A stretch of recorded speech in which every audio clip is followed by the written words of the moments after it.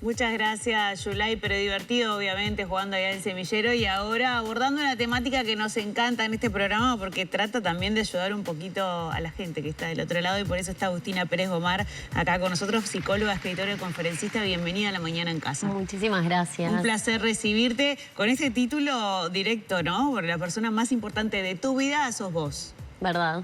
Y la vas llevando por todo el país. Sí, es una charla que vengo haciendo desde el año pasado, del anterior, y vengo recorriendo diferentes ciudades del interior y bueno, llego a Montevideo con mucha ilusión, muy contenta.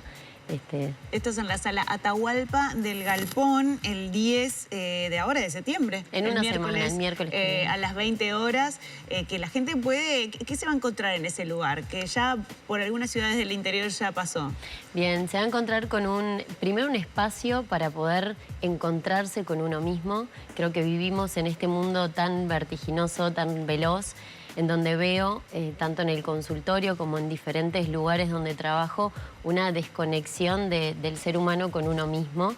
Y bueno, creo que lo primero que va a encontrar es un espacio donde habilita el encuentro con su infancia, el encuentro con uno mismo, con qué quiere, en dónde está y a dónde quiere ir.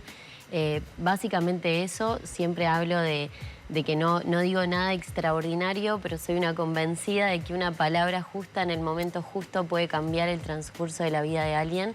Y en esta sociedad que tanta falta hace, con grandes índices de depresión, de ansiedad, bueno, justo hablaba de la obra anterior del suicidio también, creo que encontrarse con estos espacios habilita a la prevención en salud mental, que es lo que nos preocupa a todos los psicólogos. Lo importante es eso, ¿no? La prevención, Exacto. Porque uno entiende la prevención en la salud como algo de ir a sacarse sangre y en realidad la salud mental es algo que si no llega al momento de la explosión no tiene por qué ser atendido, ¿no? Exacto, sí, en el consultorio me encuentro con pacientes que llegan cuando sucede algo grave, ¿no? Ahora está un poco más normalizado este hecho de ir al psicólogo antes, pero en general uno espera tener el problema para poder recurrir a asistencia en salud mental.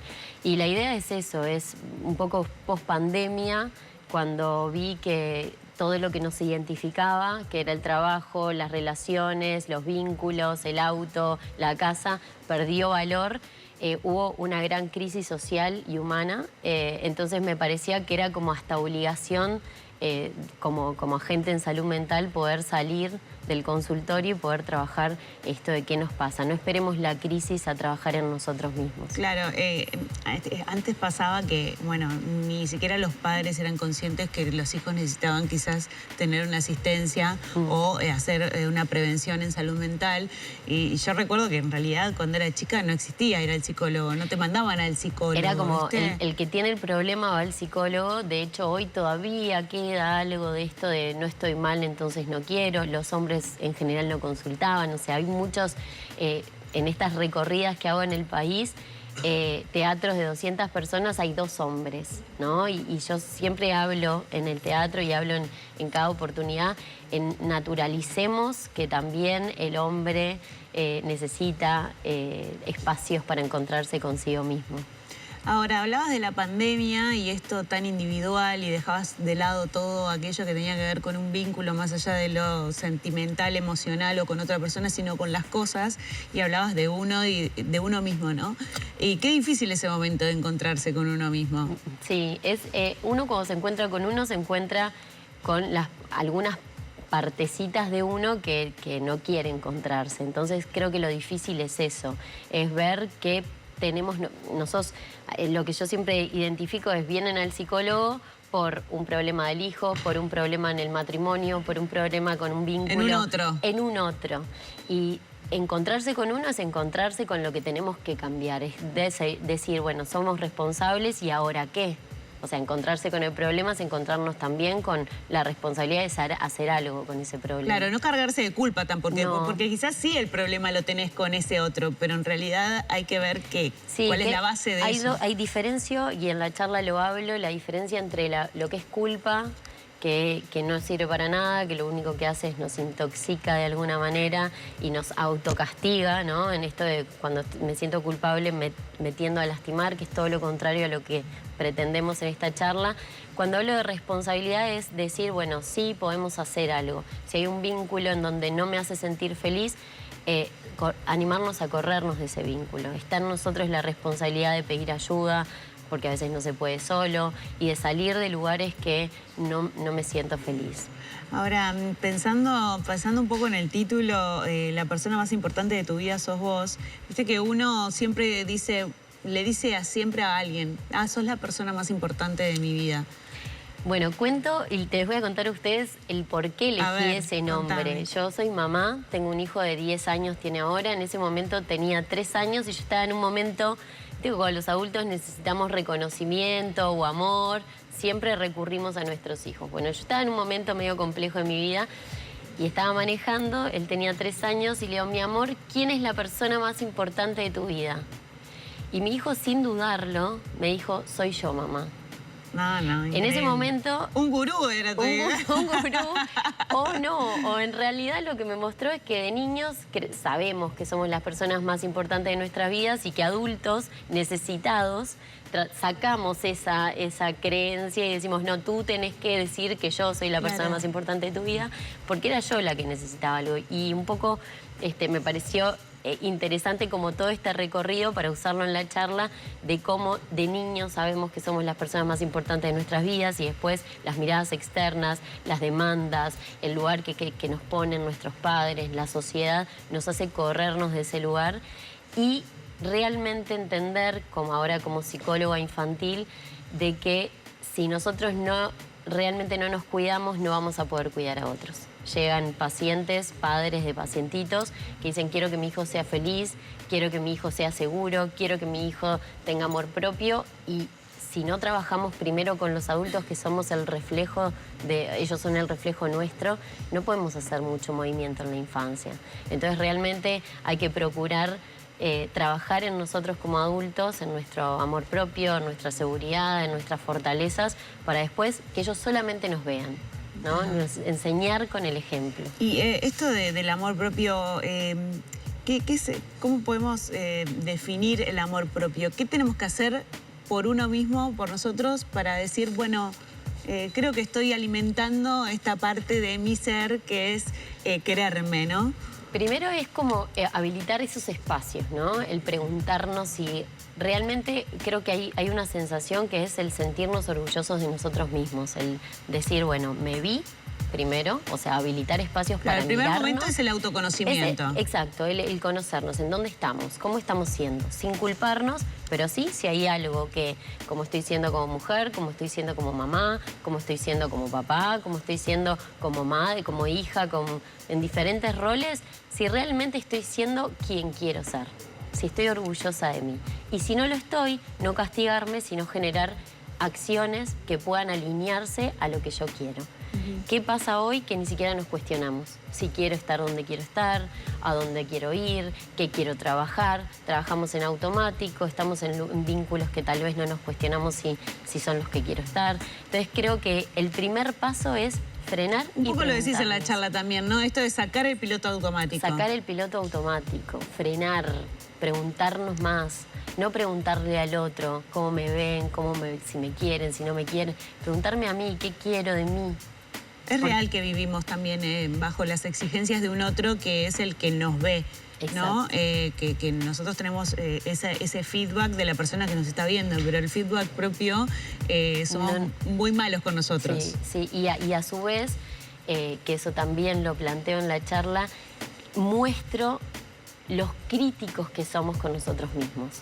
O sea, cómo nos castigamos, este diálogo interno y la fuerza que tiene este diálogo interno, que en algún momento tal vez fue externo, tal vez fue una mamá que me dijo que no era capaz o un papá que me dijo que no iba a poder, pero después esas miradas, esas palabras, esos lenguajes, empiezo a apropiármelos y yo empiezo a decirme no podés, o no vas a ser capaz, o qué boba que soy. Bueno, y identificar cómo nos hablamos para poder realmente cambiar nuestro diálogo interno y...